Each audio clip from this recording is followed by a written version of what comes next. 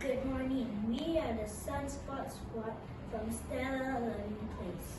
Our experiment today is on the water cycle.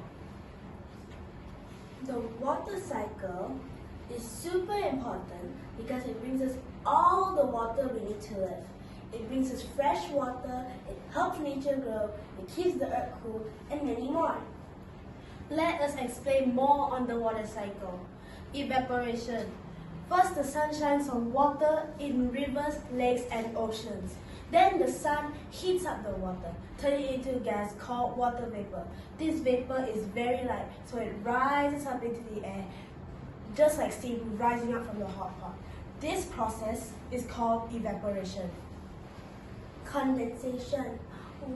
When the water vapor rises higher and higher, the air gets colder and colder, turning the water vapor back into tiny droplets.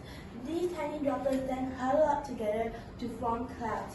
This process is called condensation. Precipitation. When the clouds get really full and heavy with water droplets, they can't hold them anymore. The water then falls back to the ground as rain, snow, or hail. This is called precipitation. Collection.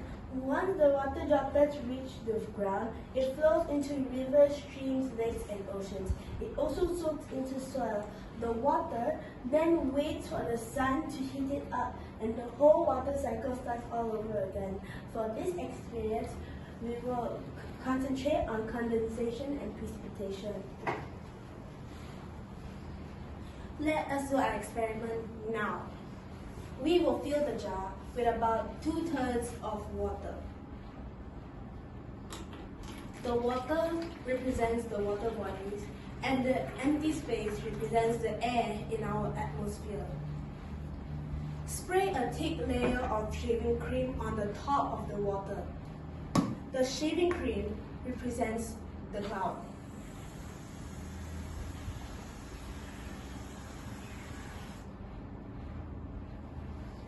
Mix a few droplets of blue food coloring with a small amount of water in a separate cup. This represents the water droplets. Using a dropper or spoon, gently drip the blue food coloring onto the cloud. Observe as the colored water starts to get heavy, falls through the shaving cream, and rains into the water below.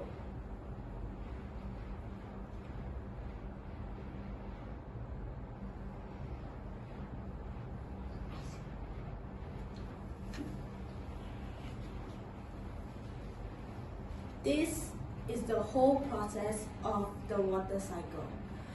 Thank you for joining us.